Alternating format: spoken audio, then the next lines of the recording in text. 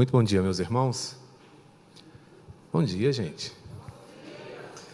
Que a graça e a paz do Senhor seja com todos vocês. Que alegria, que prazer poder me encontrar com os irmãos aqui na casa do Senhor, nestas horas da manhã, para que juntos estudemos a sua palavra. Hoje nós vamos inaugurar o estudo do capítulo 11 de Hebreus. Por que eu digo inaugurar? O capítulo 11, ele é bem denso, e para que nós não precisemos correr ao longo dele, sem observarmos as suas lições com detença, com atenção mais acurada, nós vamos dividi-lo em 2 momentos, tá bom? Então nós vamos começar hoje, e no próximo domingo, se Deus nos permitir, se estivermos aqui, concluiremos, tá bom? Mas eu queria chamar a sua atenção para os primeiros 16 versículos dessa passagem, onde nós vamos trabalhar algumas questões acerca da fé, entendendo o que significa ter fé, qual é a perspectiva da fé, como vive alguém pautado, orientado pela fé.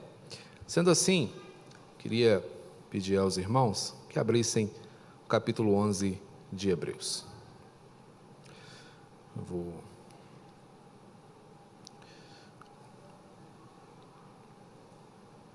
Semana passada, o nosso irmão Lúcio Wagner trouxe o estudo do capítulo 10, falando sobre a questão da culpa e quem resolve o problema da nossa culpa. Somos culpados, somos os autores do pecado, é responsabilidade nossa, mas quem resolve essa situação é o nosso Senhor. E isto é uma bênção para as nossas vidas. E hoje nós vamos entender como é que isso se dá, como é que isso se desenvolve, Porque o texto começa dizendo para nós, nos primeiros 3 versículos, o seguinte: ora, a fé é a certeza de coisas que se esperam, a convicção de fatos que se não veem, pois pela fé os antigos obtiveram bom testemunho. Pela fé entendemos que foi o universo formado pela palavra de Deus, de maneira que o visível veio a existir das coisas que não aparecem. Quando pensamos em fé, irmãos, muitas perguntas vêm ao nosso coração. O que é ter fé? O que é fé? E hoje nós vivemos uma realidade onde a fé é generalizada. Tudo hoje gira em torno da fé. Até mesmo apostar se tornou um ato de fé. Vou fazer a minha fezinha. Quem sabe, dá certo.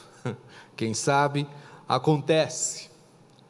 E existe também o fideísmo, que está mais ligado a essas questões, a essas pequenas fés que nós muitas vezes afirmamos possuir.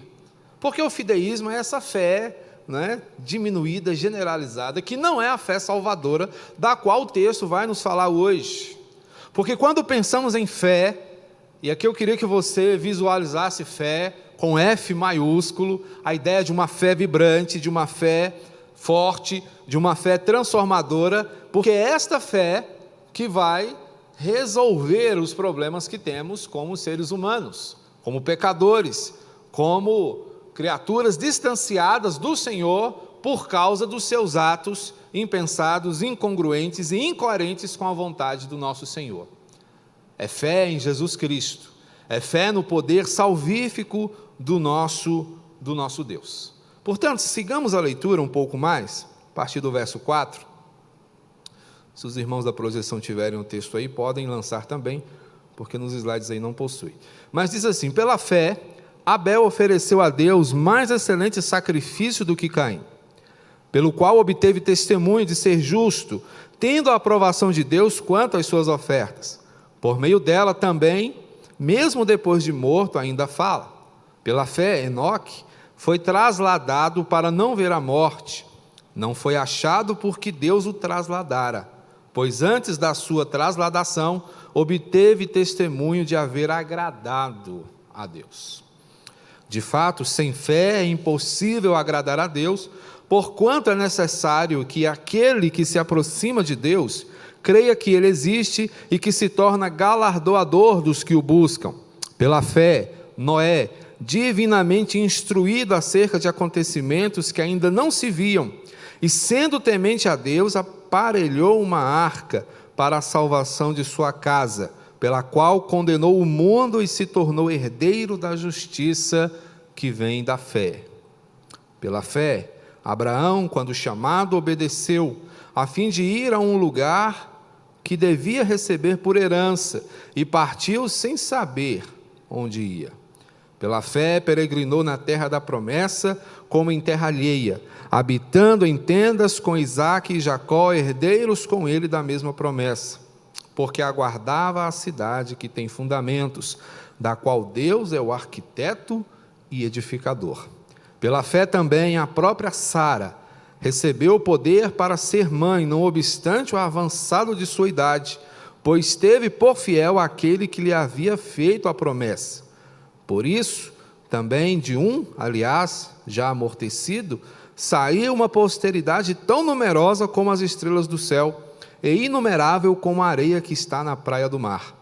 Todos estes morreram na fé, sem ter obtido as promessas, vendo-as, porém, de longe, e saudando-as, e confessando que eram estrangeiros e peregrinos sobre a terra. Porque os que falam desse modo manifestam estar procurando uma pátria, e se na verdade se lembrassem daquela de onde saíram, teriam oportunidade de voltar.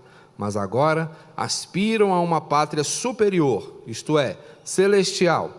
Por isso Deus não se envergonha deles, de ser chamado seu Deus, porquanto lhes preparou uma cidade. Aqui nós vemos a abertura, da chamada Galeria da Fé. Aqui estão homens e mulheres que marcaram a sua geração, e por que não dizer a nossa própria geração, a nossa própria vida, com os seus atos. Atos esses que foram impulsionados por uma fé verdadeira, por uma fé vibrante. Portanto, irmãos, podemos aqui, à guisa de introdução, já inferir que fé verdadeira, fé de verdade, é fé que transforma o nosso ser. É fé que orienta os nossos passos. É fé que nos faz diferenciais numa geração tão marcada pelo pecado. Portanto, como é que a gente pode definir fé? O que é fé? O que é uma pessoa de fé? Eu tenho fé? Você já fez essas perguntas? E a minha fé é verdadeira? Acredito que todo bom cristão, dotado de uma postura humilde, ele vai pensar sobre estas coisas. Será que eu tenho fé? Será que eu creio como deveria crer? Será que eu entendo o Senhor, as suas promessas, a sua palavra, a sua vontade, como de fato eu deveria entender? Será que eu sou uma pessoa de fé? Será que sou reconhecido pela fé que possuo? Como a minha fé impacta o mundo ao meu redor? Como a minha fé é verificada nas coisas que eu digo, nas coisas que eu falo, nas coisas que eu faço? Minha fé é verdadeira? Porque muitas vezes acreditamos que a fé é um poder que nos capacita a sermos mais que os outros. Nós somos dotados de sentidos, e a fé é como se fosse o sexto sentido. Os 5 sentidos básicos que nós todos possuímos: visão, olfato, audição, tato e paladar. Desde os primeiros anos escolares nós somos orientados, ensinados sobre isso, sobre a importância de ver, como nos apercebemos do mundo à nossa volta, como entendemos os delineios da luz sobre os objetos. Isso é a visão. O olfato, que é a capacidade de perceber os aromas, também os fedores, os maus cheiros, os odores que estão ao nosso redor. A audição, que é como ouvimos, que é como entendemos aquilo que nos é dito, aquilo que nos é comunicado, né? A capacidade comunicativa, ela está intimamente ligada com a audição. É tão forte a audição que quando uma pessoa nasce sem ouvir, ela não aprende a falar. E temos também o tato, que é a percepção, não é? Tátil, é quando nós conseguimos perceber o mundo à nossa volta, suas formas, pelo tocar. E o paladar, que é a diferenciação dos sabores, que é saber reconhecer as delícias da diversidade alimentar que o Senhor nos deu. Dentro dessa perspectiva, a fé é o nosso sexto sentido, porque a fé vai nos levar a perceber algo que nós não podemos perceber por meio da visão, do olfato, da audição, do tato e do paladar. Falamos em bom perfume de Cristo, mas que nariz humano é capaz de definir esse perfume? Podemos falar em ver a Deus, mas que olho humano é capaz de definir os contornos da pessoa do Senhor, que é Espírito? Falamos também em ouvir o Senhor. E é interessante que quando falamos, eu ouvi o Senhor falar comigo, normalmente nós estamos diante do que vemos, que é quando lemos a sua palavra, que é quando nos apercebemos dos seus ensinos e conseguimos então ouvir a vontade do Senhor ecoando em nossos corações. Tato. Não podemos suportar o peso da sua glória. Não podemos experimentar as delícias do seu amor pela habilidade do nosso paladar. Então é a fé que vai nos levar à compreensão, não é, das coisas eternas, das coisas grandiosas, das coisas que estão infinitamente acima de nós, porque a fé, irmãos, ela é uma certeza. O texto vai dizer para nós aqui que a fé é a certeza de coisas que se esperam e a convicção de fatos que se não veem. A fé é aquela convicção, não é, de que as coisas que nós não podemos definir por meio da nossa visão são reais, são até factíveis.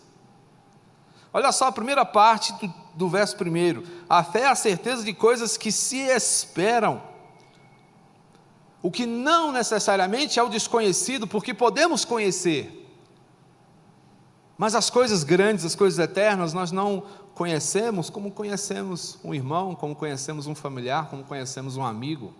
Quando alguém te pergunta acerca de alguém que é íntimo seu, você sabe a sua altura, você sabe a cor dos seus olhos, você sabe que tipo de cabelo possui, a cor da pele, do que gosta, o que faz, que música ouve. Mas quando nós pensamos em fé, nós percebemos e temos a certeza de que Deus, apesar de invisível, Ele é real. Então a certeza de coisas que nós não podemos ver, não é o desconhecido, mas é o invisível. E a fé, ela nos dá essa convicção. A fé nos permite ver o que os olhos não podem enxergar. A fé também vai nos permitir ter a certeza daquilo que esperamos. A certeza, ela sempre está com um pé no futuro. Eu tenho certeza que será assim. Eu tenho certeza que será bom. A fé, ela caminha dentro dessa perspectiva. Ela tem algo que é fundamental para a sua subsistência, que é a confiança. Como cantamos aqui. Comentava com Kate ali no banco, como essa música é forte. Porque ela nos dá a perspectiva de coisas que para nós são ainda muito distantes. Faz-me doar ao invés de possuir, que é uma perspectiva oposta ao que nós vivemos hoje, porque lutamos para conquistar, lutamos para possuir, queremos cada vez mais ter, queremos cada vez mais ser, queremos galgar, espaços cada vez maiores e mais altos. Estamos constantemente envolvidos nessa frenética busca por posicionamento.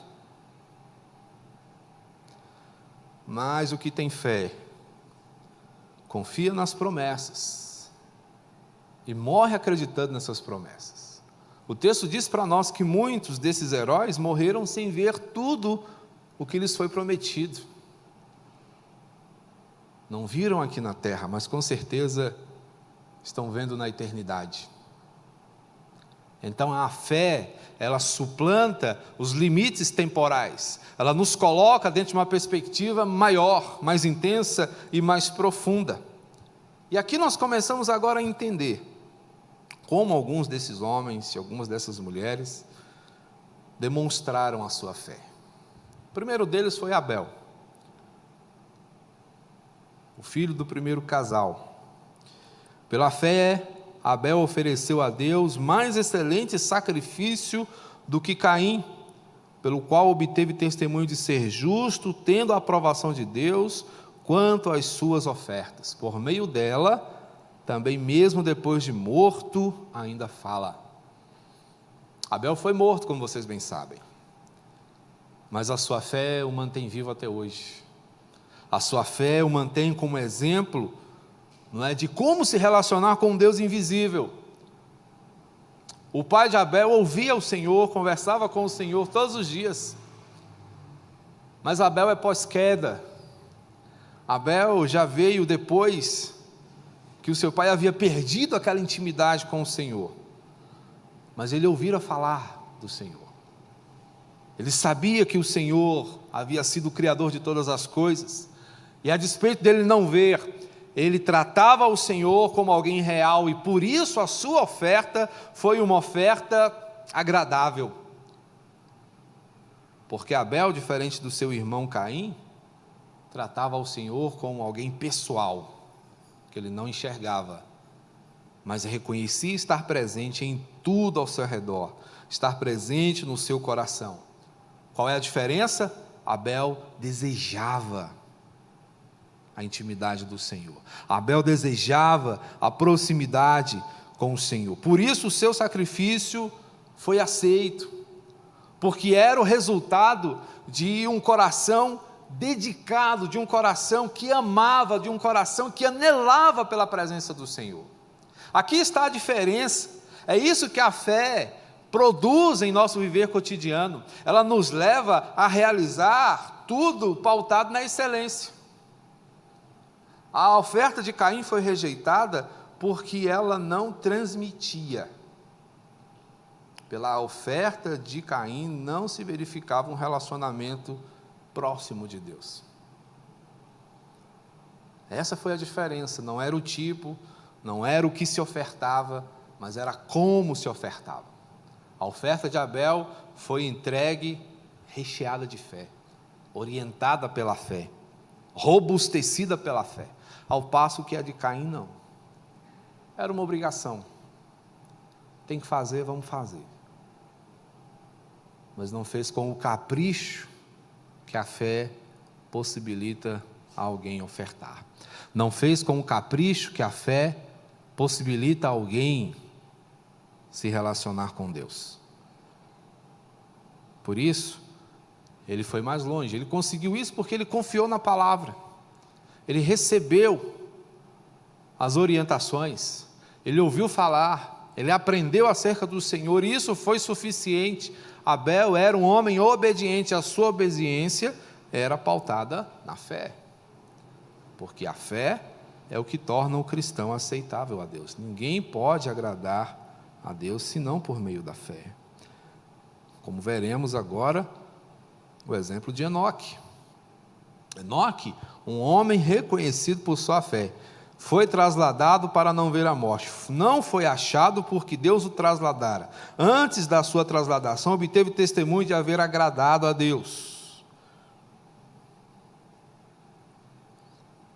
Há uma outra passagem acerca de Enoque, que diz: andou Enoque com Deus e já não era. Enoque foi um homem reconhecido por andar lado a lado com o Senhor, o que significa dizer que Deus estava presente em tudo na sua vida. Os ensinos, a vontade, tudo era suficiente para Enoque.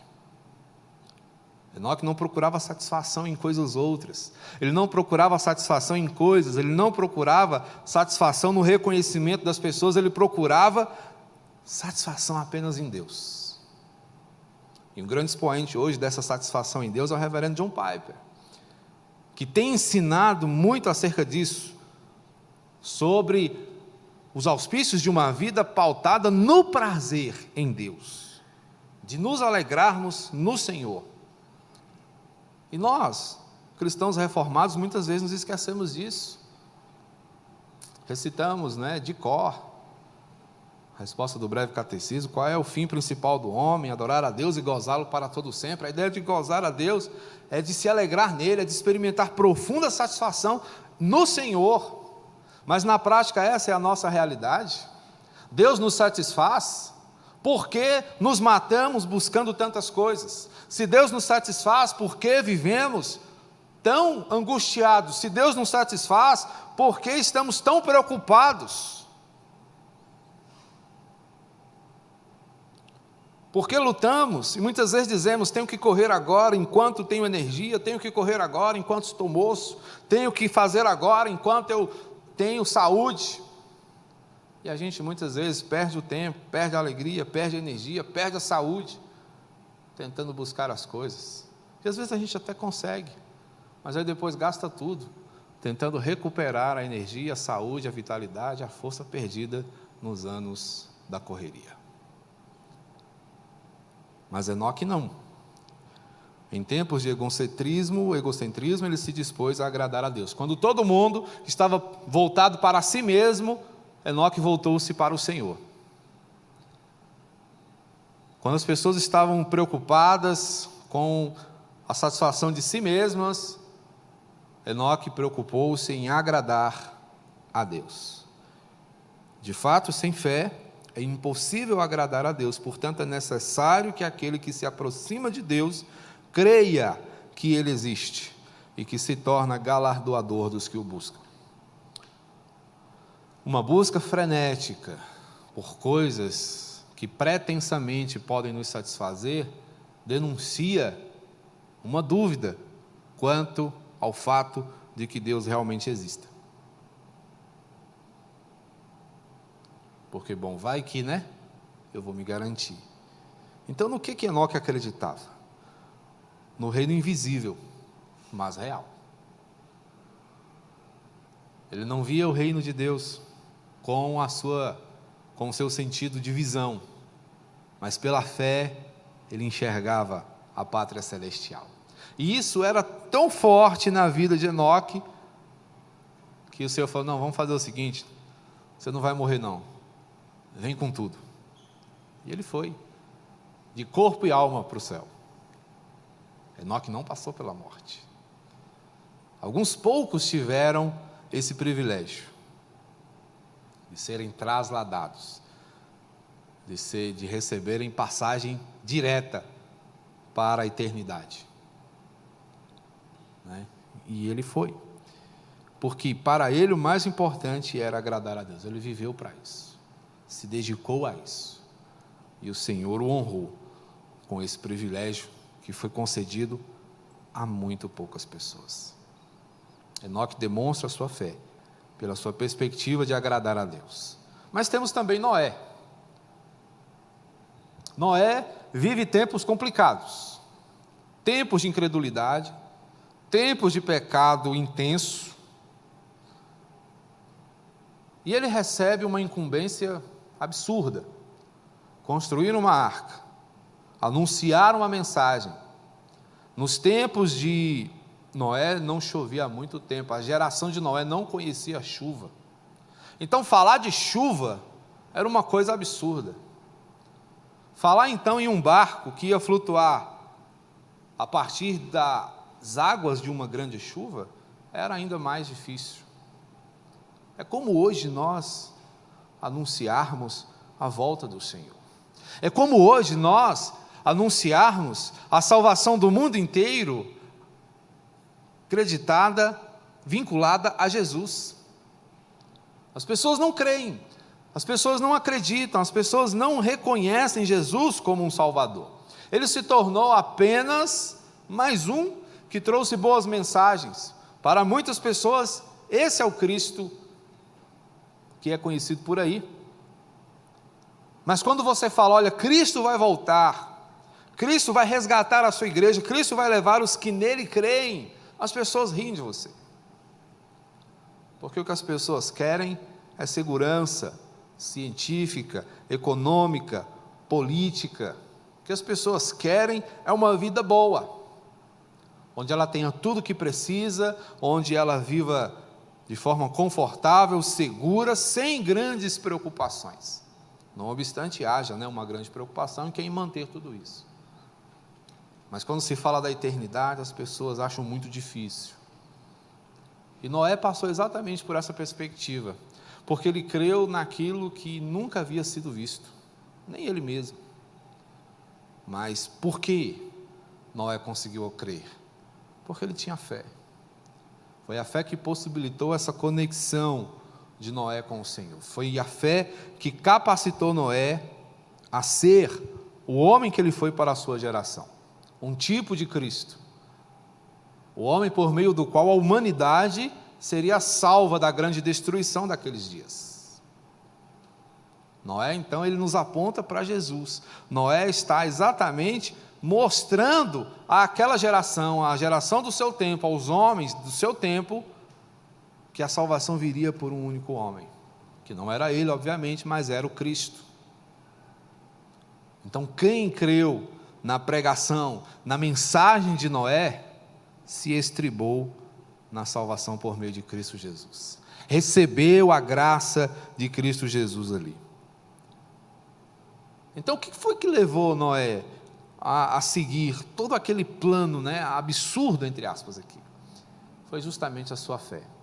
Ele creu, porque ele sabia que quem havia falado era fiel. A mesma fé que habitava Abel, a mesma fé que habitou Enoque, era a fé que habitava Noé, era a fé que estava em seu coração. Então, quando a certeza de alguém grandioso existe, tudo que ela fala é poderoso e é verdadeiro. Ele não tinha evidências, e uma fé verdadeira, ela não precisa de evidências. A fé verdadeira, ela é desprovida de sinais, porque se você precisa de um sinal para crer, não é fé. Se você precisa ver alguma coisa para crer, não é fé, é o erro de Tomé. Deixa eu colocar aí o dedo no buraco aí, deixa eu ver se esse corte de lança aí é verdadeiro. Cadê suas mãos? Deixa eu ver o buraco dos cravos.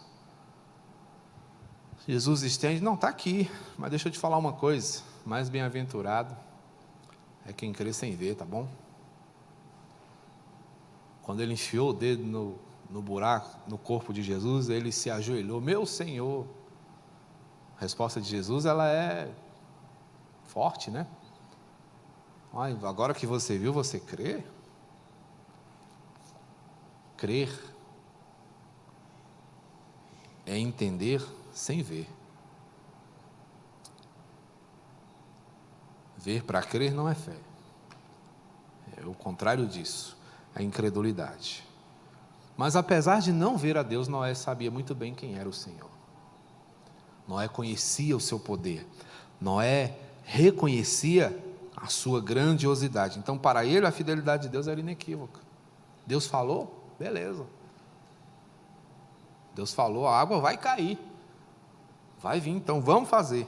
Então, isso, meus irmãos, é fé. E essa foi a fé que Noé teve. Uma fé sem evidências. Uma fé sustentada apenas, aqui de novo, entre aspas, no que Deus diz. E Abraão? Abraão seguiu na mesma linha. Olha só o verso 8. Pela fé, Abraão, quando chamado, obedeceu, a fim de ir para um lugar que devia receber por herança. Todos conhecem, o chamado de Abraão. Sai da tua terra, do meio da tua parentela, e vai para um lugar que eu te mostrarei. Abraão não recebeu nem um mapa, nem um localizador, não é? Ele saiu. Por que Abraão saiu? Porque Deus mandou ele ir. Sobre isso, Lutero diz algo muito gracioso e forte. Ele diz, eu não sei por onde Deus me guia, mas eu sei quem é que me guia. Eu conheço muito bem o meu guia. E isso é suficiente. É a fé de uma criança. A criança pega na mão do seu pai, na mão da sua mãe, e a mãe diz: vamos.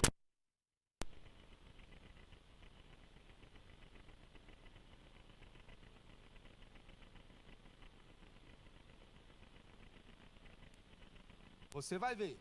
Espera só. E ela: tá bom. Abraão, faz isso. O Senhor diz: Abraão, sai.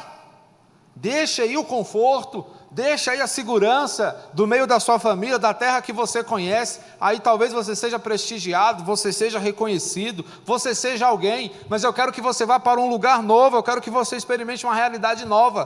Tá bom? Tá bom, Senhor. Estou fazendo as malas. E saiu. O Senhor diz: eu ainda te mostrarei. O que o Senhor queria era que Abraão estivesse a caminho. A fé nos põe a caminho. A fé nos faz sair do lugar. Sabe por que muitas vezes nos paralisamos? Porque não cremos. Porque não acreditamos no que o Senhor nos diz. E a gente se enche de medo. E o medo, ele tem um poder fantástico de paralisar. O medo, ele é paralisante. Eu já contei sobre o meu medo de aranhas, né? Quando eu encontro uma aranha, eu paraliso. E ela paralisa também, a gente fica assim, entreolhando assim. Aí eu posso imaginar, né, a aranha com seus 8 olhos me olhando, vendo 8 de mim, parado, olhando para ela, pensando assim: agora, o que eu faço? Se eu mexer, ela me ataca, se eu correr, ela vem atrás de mim. Porque o medo paralisa. O medo faz com que nós não reajamos, mas quando há fé em nosso coração, há disposição. E foi o que aconteceu com Abraão. Ele se dispôs, porque ele sabia que quem estava falando era real. Ele saiu, se embrenhou no desconhecido, apoiou-se naquilo que hoje nós chamamos de incertezas. Você vai fazer uma viagem, a primeira coisa que você faz é abrir o Waze, Google Maps. Vamos saber por onde a gente vai. Nós queremos ter o controle, a segurança, o domínio do trajeto. Queremos saber para onde estamos indo. Não é? Não gostamos de andar em terreno desconhecido. Queremos ter um mínimo direcionamento. O único direcionamento de Abraão foi a voz de Deus. Obedeceu a fim de ir para um lugar que devia receber por herança. Ele saiu com uma mochila nas costas e uma promessa no coração.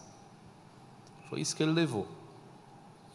Não, Deus disse que vai me dar, então eu vou lá. Habitando em tendas, com Isaac, Jacó, seus herdeiros, porque ele aguardava a cidade que tem fundamentos, da qual Deus é o arquiteto e edificador. Deus fez promessas a Abraão, irmãos, que ao nosso ver são impossíveis. Já na idade, Deus falou: você vai ser pai de muita gente. Ele ficou pensando assim: pois é, minha virilidade já foi, minha véia já está cansada, como é que vai ser esse negócio? Mas se Deus está falando, vai ser. Se Deus está falando, vai ser. Quando a dúvida paira no coração, existe, né, a dificuldade, porque quando ele, não, peraí, deve ser assim, aí ele vai lá, tenta dar uma forcinha, e aí cria uma briga que dura séculos. Mas é interessante observarmos que o Senhor diz: olha, eu estou prometendo, então fique tranquilo. Não é? E a sua tranquilidade se pautará na segurança de minha orientação. Não é? Quando um pai diz ao seu filho: vá por mim, o filho pode ir, porque o pai não vai, de forma nenhuma, sendo um bom pai, claro, colocar seu filho em risco. Então, se o pai diz: pula, que eu te pego, o filho pode mergulhar tranquilo. Logo, a fé não é um salto no escuro, mas a fé é um salto para os braços de Deus. A fé é um salto nas promessas do Senhor.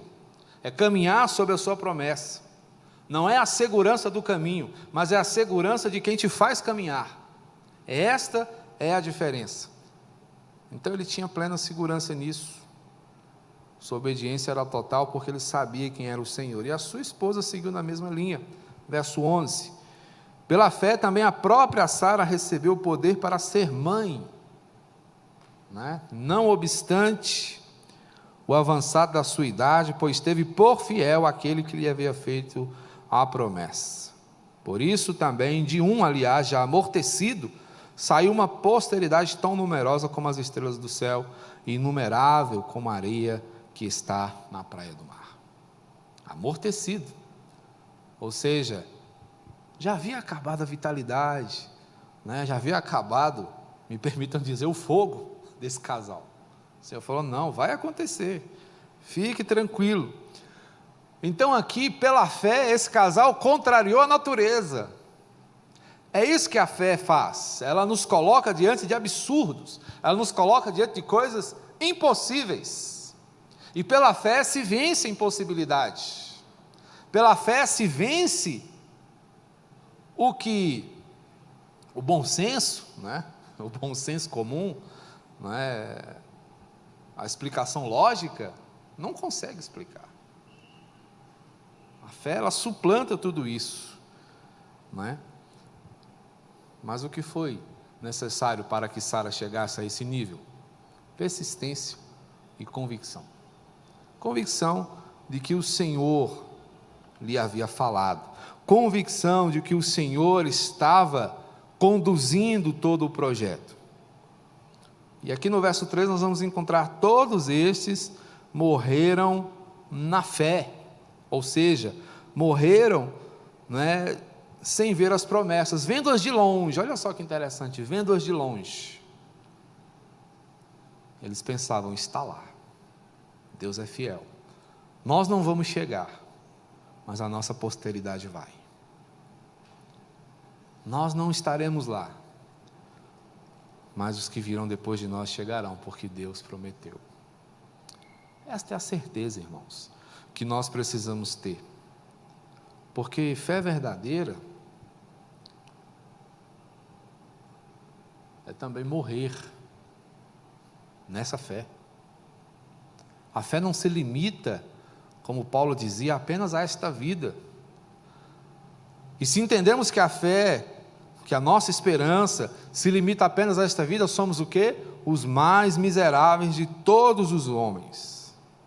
Então, ter fé, não é? Fé verdadeira, fé que rompe a eternidade, é caminhar vislumbrando as promessas. O que te guia? São os seus alvos, são suas conquistas, são as suas metas, ou são as promessas do Senhor? O que faz com que você coloque um pé após o outro e siga a sua trajetória? Deve ser sempre a expectativa do que Deus fez. O que é importante, irmãos, a gente destacar na vida dessas pessoas aqui, esses primeiros, não é, que são reconhecidos por figurarem na galeria dos heróis da fé, é o fato de que eles tinham plena convicção de quem Deus era para eles, do que Deus já havia feito.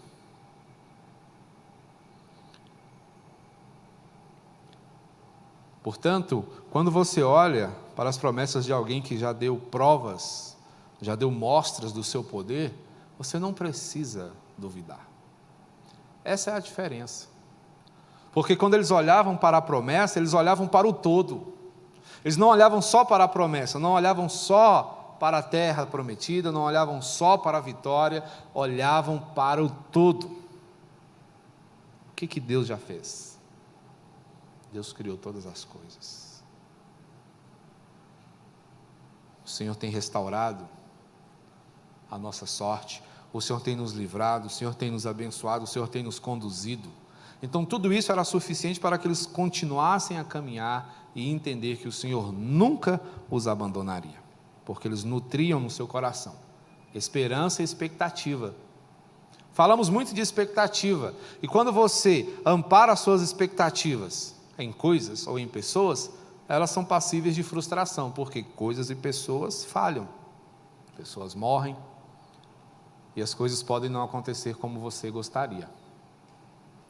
nem mecanicamente. Você coordena um conjunto para funcionar, ele funciona, mas contribuindo contra a harmonia do conjunto, existe o desgaste, existe o defeito, existe as intempéries, os fatores externos, tudo isso conta muito para o funcionamento de um conjunto mecânico, por assim dizer. E um dia ele vai parar. Então, tudo o que diz respeito à nossa condição humana é passível de falha. Mas quando a nossa expectativa, ela se pauta nas promessas do Senhor, aí não. Aí a frustração não encontra lugar, porque quem fez a promessa é fiel. Se Cristo falou que voltará, Ele voltará. Não se esqueça disso. Não viva como se Ele nunca mais viesse aqui, porque Ele virá. E virá para julgar. Virá para buscar aqueles que lhe são fiéis. E julgar aqueles que duvidaram. Julgar aqueles que não creram. Julgar aqueles que não confiaram. Mas Ele virá. Então, para você que crê, expectativa, anseie o dia, espere o momento, lute por ele, apresse o seu retorno. Como eu posso fazer isso? Pregue, testemunhe, viva, pratique a sua fé. Há alguns irmãos que têm uma expressão muito interessante: use a sua fé. E às vezes essa expressão é diminuída porque ela é colocada como sendo útil para alcançar coisas. Use a sua fé para ter um carro novo, use a sua fé para mudar de vida. Não, use a sua fé para ser alguém diferenciado. Use a sua fé para ser um servo diferencial nesse mundo. Use a sua fé para mostrar como alguém que conhece o Senhor, anda com o Senhor, vive. Essa é a utilidade da sua fé. A sua fé tem utilidade prática no seu viver cotidiano. Porque a verdadeira fé, ela é transformadora. Um ponto importantíssimo para todas as pessoas que a gente admira e diz: que grande fé tinha Abel, que grande fé tinha Abraão, Sara, que mulher. Eles não diferem de nada em você. A não ser talvez, pelo fato de que Deus era real para eles. Deus é real para você? Aquelas pessoas tinham Deus como alguém real, que falava e era suficiente. Eles confiavam no que Deus dizia. Eles não duvidavam. Portanto, diante de tudo isso, talvez agora você possa responder: você tem fé? Temos fé? Somos crentes? Que ser crente, meu irmão, minha irmã, não define apenas o tipo de igreja que frequentamos. Mas que ser crente defina o tipo de vida que nós vivemos. Que Deus te abençoe. Que Ele te ilumine e acrescente a cada dia fé à sua vida. Amém? Vamos orar? Santo Deus, Pai misericordioso e santo, te agradecemos. Te louvamos, Pai, porque é o Senhor quem nos capacita a uma vida marcada pelo Teu amor. Desperta-nos, ó Deus, a cada dia, para que sempre, em todo o tempo, estejamos dispostos a viver marcados pela certeza da Tua presença em nosso viver, pela convicção plena nas Tuas promessas, pela qualidade de uma esperança indubitável, presente em nossos corações. Obrigado, meu Deus, pelo Teu povo que se reúne na Tua casa hoje. É dia de nos consagrarmos a Ti. É dia de pararmos para ouvir o Senhor. Sem fé não será possível. Portanto, ó Deus, ajuda-nos para que esta fé habite o nosso coração, para que, crendo em todo o tempo, jamais haja em nós espaço para dúvidas, para questionamentos que nos distanciem da Tua vontade.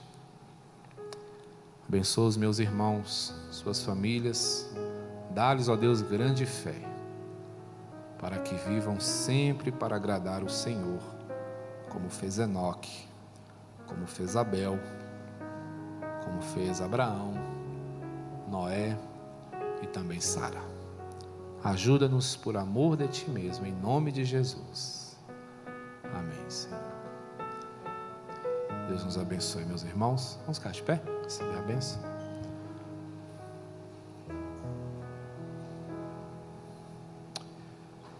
Que a graça de nosso Senhor e Salvador Jesus Cristo, o amor de Deus, o nosso Pai, e o consolo orientador do Espírito Santo encha o nosso coração de fé, fé vibrante, fé verdadeira, fé límpida, para que em todo o tempo, ó Deus, nos relacionemos contigo, impactemos o nosso tempo e expectemos o retorno maravilhoso de nosso Senhor,